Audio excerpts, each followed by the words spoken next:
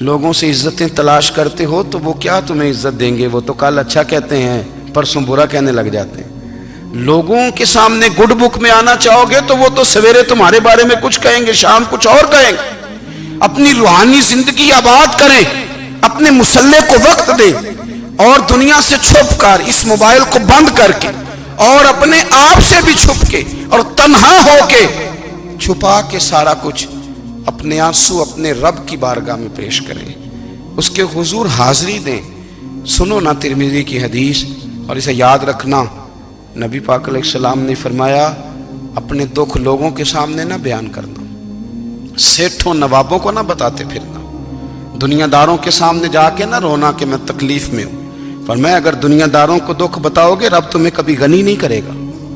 اور لوگ ہیں کہ الٹا مذاق اڑائیں گے آپ کی، جس سے بڑی پکی یاری ہے نا، پکی، وہ تب تک پکی ہے جب تک آپ نے 50,000 مانگا نہیں، اور جس وقت آپ نے کہہ دیا کہ میں مجبور ہوں میری مدد کر، تو پھر ختم ہو گئی دوستی۔ لوگوں کے تعلقات آپ کے ساتھ تب تک ہیں جب تک آپ ان سے کوئی ضرورت وابستہ نہیں کرتے۔ کریم محبوب فرمانے لگے بندوں کے سامنے دکھ نہ بیان کرنا، اللہ تجھے کبھی غنی نہیں کرے گا۔ تو اپنے دکھ اپنے رب کو بتا، تو دعائیں مانگ، تو اس کی بارگاہ میں حاضر ہو، تو اس کے حضور عرض کر۔ فرمایا اپنے دکھ اپنے رب کو بتا، وہ جلدی کرے یا دیر سے کرے تجھے ساری دنیا سے بے نیاز کر دے گا، تجھے کسی کا محتاج نہیں رہنے دے گا۔ اپنے مسلح کو، اپنی دعاؤں، ایک بزرگ فرماتے ہیں میں نے دعا مانگنے کا طریقہ اپنی بیوی سے سیکھا، دعا مانگنے کا طریقہ اپنی، سیکھنے والے تو اپنے بچوں سے بھی سیکھ لیتے ہیں، سیکھنے والے تو ہر ایک سے سیکھتے ہیں۔ وہ کہتے ہیں میں نے دعا مانگنے کا سلیقہ اپنی بیوی سے سیکھا ہے۔ حضرت وہ کس طرح؟ فرمانے لگے میری بیوی نے نا مجھے کوئی کام بتایا، کچھ پیسوں کی ضرورت کے لیے کہا، تو میں نے اسے کہا کہ بھئی ابھی میرے پاس نہیں ہے، کچھ دنوں میں آتے ہیں تو میں دے دوں گا۔ عورتوں کی عادت ہوتی ہے وہ بار بار یاد کراتی ہیں، 2-4 دنوں کے بعد پھر اس نے کہا حضرت وہ میں نے کہا تھا کچھ پیسے، میں نے اسے کہا کہ ابھی میرے پاس نہیں ہے، کچھ دنوں میں ملتے ہیں تو میں تمہیں دے دوں گا۔ اس نے کچھ دنوں کے بعد پھر کہا حضور وہ میں نے کچھ پیسے کہے تھے۔ فرماتے میں نے ڈانٹ دیا، میں نے کہا کہ کیا تو روز مجھے شرمندہ کرتی ہے، کہا نا میرے پاس نہیں ہے، ہوں گے تو دے دوں گا، تو روز یاد کراتی ہے۔ فرماتے ہیں اس نے پہلے تو میری ڈانٹ کو سہا، پھر میرے سخت جملوں نے اس کی آنکھوں میں آنسو پیدا کر دیے، پھر اس نے اپنے آنچل میں اپنے اس دکھ کو سمیٹا، اور پھر اس نے ایک جملہ کہا تو میں رو پڑا، اور مجھے اپنے رب سے مانگنے کا طریقہ آ گیا۔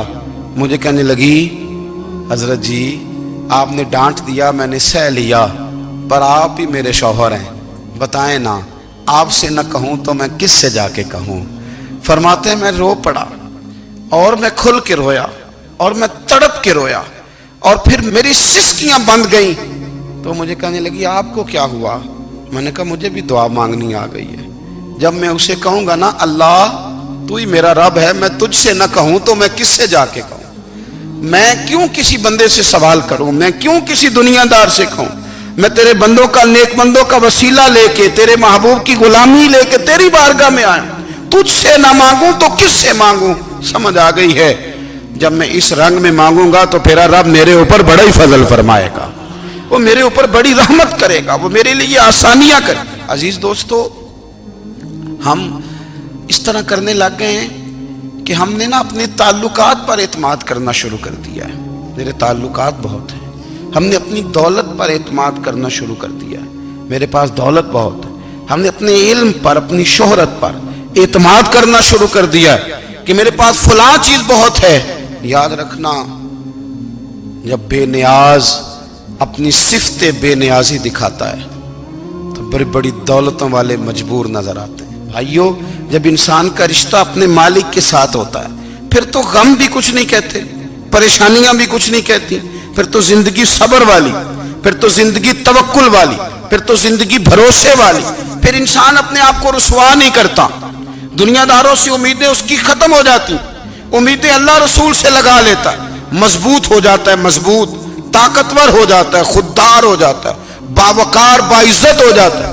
حضرت بہلول دانا رحمت اللہ علیہ بیٹھے تھے تو ہارون رشید حج کر کے آ رہا تھا، تو رستے میں حضرت شیخ سے ملاقات ہو گئی تو السلام علیکم کے بعد کہنے لگا حضور کوئی حکم ہو تو بتائیے گا. تو حضرت بہلول دانا فرمانے لگے تیرا رب کون ہے؟ اس نے کہا اللہ. تو فرمایا میرا کون ہے؟ کہا اللہ. فرمانے لگے تو بڑا ہی بیوقوف ہے، کیا تو یہ سمجھتا ہے کہ رب ہارون رشید کو تو دے گا اور بہلول دانا کو بھول جائے گا؟ تیرا بھی وہی رب ہے، میرا بھی وہی رب ہے. اس نے اگر تجھے دے کے آزمایا ہے تو ہو سکتا ہے مجھے نہ دے کے آزما رہا ہو. جب اس کی حکمت کے تقاضے ہوں گے تو عطا کرے گا اور دے گا. تو جا اپنا کام کر.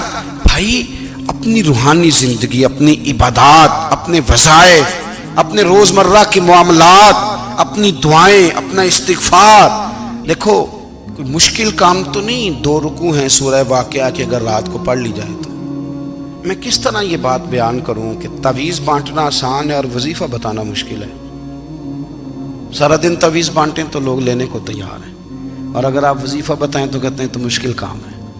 او خدا کے بندے، اگر آپ کا تعلق قرآن پاک کے ساتھ مضبوط ہو، قرآن پاک کے ساتھ اگر آپ کا رشتہ ہو، لوگ سفارشیں ڈھونڈتے ہیں نا دنیا میں، کوئی تعلق مل جائے تو میرا کام ہو جائے. دنیا میں اتنا مشکل معاملہ ہے، آخرت میں مجھے بتائیے گا کتنا مشکل معاملہ ہوگا.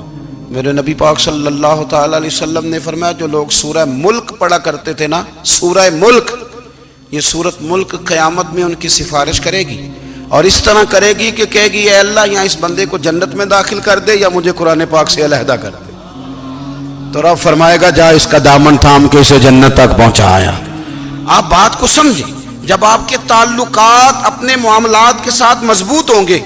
یہ نبی کریم نے وعدہ کیا ہے کہ تو سورت واقعہ پڑھ تیرے گھر میں فاقہ نہیں آئے گا. حضرت عبداللہ ابن مسعود رضی اللہ تعالیٰ عنہ بیمار تھے تو حضرت عثمان غنی رضی اللہ تعالیٰ عنہ تیمارداری کے لیے تشریف لے گئے اور جا کر کے کہا کہ آپ بڑے بیمار ہیں، آپ کی بیٹیاں زیادہ ہیں، میں چاہتا ہوں کہ خزانے میں سے کچھ مدد کروں. تو سیدنا عبداللہ ابن مسعود رضی اللہ تعالیٰ عنہ اٹھ کے بیٹھ گئے اور کہنے لگے امیر المومنین، اللہ آپ کو میری طرف سے، میری بیٹیوں کی طرف سے بہتر صلہ دے. میری بیٹیوں کو کسی خزانے کی ضرورت نہیں، میں نے انہیں خزانہ دے دیا ہے. کہا جناب آپ نے کون سا خزانہ دیا ہے، میں آپ کے مالی معاملات کو جانتا ہوں. تو فرمانے لگے امیر المومنین، میرے نبی کریم نے فرمایا ہے جو سورت واقعہ پڑھے اسے کبھی فاقہ نہیں آتا. میں نے بیٹیوں کو یاد کرا دی ہے، یہ خزانہ میں نے انہیں دے دیا ہے. وہ سارے والدین سنیں جو بیٹیوں کے لیے پریشان رہتے. حضرت عبداللہ ابن مسعود نصیحت کر رہے ہیں، فرمانے لگے میں نے سورت واقعہ یاد بھی کرا دی ہے، پڑھنے کی عادت بھی ڈال دی ہے. حضور نے فرمایا ہے جو سورت واقعہ پڑھے اسے فاقہ نہیں آتا. کہنے لگے چاند تو اپنی جگہ چھوڑ سکتا ہے، سورج گر سکتا ہے، تارے ٹوٹ سکتے ہیں، پر مدینے والے رسول کی بات غلط نہیں ہو سکتی. حضور نے فرمایا فاقہ نہیں آئے گا تو انشاءاللہ کبھی بھی نہیں آئے گا. کرنے کا کام یہ ہے کہ ہم اپنے معاملات، اپنی عبادات، اپنی دعائیں، کبھی 10 منٹ عادت ہو جائے نا دعا مانگنے کی علیحدہ سے رات کو. حضور نے فرمایا جو فرض نماز کے بعد دعا مانگے اللہ اس کی قبول کر لیتا ہے. نبی پاک صلی اللہ تعالی علیہ وسلم نے فرمایا اللہ مسافر کی دعا قبول فرماتا ہے. حضور نے فرمایا اللہ مظلوم کی دعا قبول فرماتا ہے. حضور نے فرمایا بیمار سے دعا کراؤ اللہ اس کی دعا قبول فرماتا ہے. میرے نبی پاک نے فرمایا ماں باپ جب بھی اولاد کے لیے ہاتھ اٹھائیں، ویسے تے بلے شاہ تو آسمانی اڈ دیا ہی پھڑ دیں، جڑا گھر بیٹھا انہوں بڑھیا ہی نہیں. حضور فرمانے لگے ماں باپ جب بھی اولاد کے لیے دعا فرمائیں اللہ ان کی دعا کو قبول کرتا ہے. آپ اپنا تعلق بنائیں دعا کے ساتھ، عبادت کے ساتھ، مصلی کے ساتھ رشتہ بنائیں، استغفار پڑھیں. صلاح الدین ایوبی صلیبی جنگوں میں تھے، رات کو مسجد اقصیٰ میں نماز پڑھی تو پریشان تھے. ایک بزرگ سے ملاقات ہوئی تو وہ کہنے لگے کہ آپ بڑے پریشان ہیں. کہنے لگے حضور پریشان اس لیے ہوں کہ پہلے ہی مسلمان کمزور ہے، اب میں نے سنا ہے دشمن کا ایک بحری بیڑا وہ جنگی سامان سے بھرا ہوا آ رہا ہے، تو اب ان کے پاس اور تلواریں اور نیزے آ جائیں گے، مسلمانوں کے پاس پہلے ہی وسائل کی کمی ہے، پریشان ہو کس طرح کر کے مقابلہ کریں گے. یہ بات کہتے ہی صلاح الدین ایوبی نے بزرگوں سے کہا حضور آپ بھی دعا کرنا. دعا کی بڑی طاقت ہے. میرے نبی پاک نے فرمایا دعا مومن کا ہتھیار ہے. دعا مومن کا. حضور نے فرمایا تقدیر کو سوائے دعا کے کوئی چیز نہیں بدل سکتی. دعا مومن کا ہتھیار ہے. یہ کافر کے پاس کوئی نہیں، یہ ہتھیار ہے مومن کا. اللہ کرے آپ کو سمجھ آئے. پھر سنیں، کئی بار کہہ چکا ہوں یہ ہتھیار ہے. کافر کے مقابلے میں جو تیرے پاس سب سے بڑا ہتھیار ہے وہ دعا ہے. دعائیں کرانی چھوڑ دی، کرنی چھوڑ دی، لینی چھوڑ دی. حضرت سیدنا انس بن مالک رضی اللہ تعالیٰ عنہ فرمایا کرتے تھے میں نے وہ رنگ دیکھا ہے جب حضور دعا مانگتے تھے اور حضور کی مقدس آنکھوں میں آنسو بھی ساتھ ہی بہا کرتے تھے. میں نے وہ انداز دیکھا ہے. تو صلاح الدین ایوبی بزرگ سے کہنے لگے آپ بھی دعا کیجیے، اور خود رونے لگے اور سر سجدے میں رکھ کے رونے لگے اور عشاء سے لے کر فجر تک روئے، خوب روئے. صبح وہ بزرگ آئے تو صلاح الدین ایوبی کا خوبصورت اور ہنستا ہوا چہرہ دیکھا. کہنے لگے آپ بڑے خوش ہیں، رات تو میں نے بڑے روتے ہوئے دیکھا تھا. تو کہنے لگے حضور وہ جو بحری بیڑا آ رہا تھا نا وہ پانی میں ڈوب گیا ہے، اب وہ نہیں آ رہا. ابھی خبر آئی ہے تو میں بڑا خوش ہوں. بزرگ کہنے لگے اٹھ سینے سے لگ اور سن ایک بات، وہ بحری بیڑا پانی میں نہیں ڈوبا، وہ تیرے آنسوؤں میں ڈوب گیا ہے.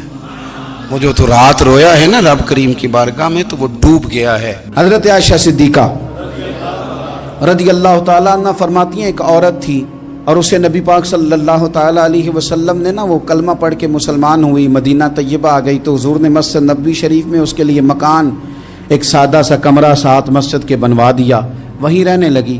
اکثر وہ سیدہ طیبہ کے پاس آتی تو حضرت عائشہ صدیقہ رضی اللہ تعالیٰ عنہ فرماتی ہیں وہ بڑی باتیں سناتی اور آخر میں کہتی وہ ہار والا دن بھی بڑا عجیب دن تھا اور میرے رب کی قدرتوں کا دن تھا، وہ بھی بڑا عجیب دن تھا. سیدہ عائشہ صدیقہ رضی اللہ تعالیٰ عنہ ایک دن فرمانے لگی کہ تو ہار والے دن کا بڑا ذکر کرتی ہے، وہ کیا دن تھا؟ تو خاتون کہنے لگی اماں جی وہ دن تھا جب میرے رب پر بھروسہ اور مضبوط ہو گیا، جس دن میرا اپنے رب پر توکل اور بڑھا، میرے ایمان میں یقین میں اور پختگی آئی. کہنے لگی میں ایک گھر کی کنیز تھی، نوکرانی تھی.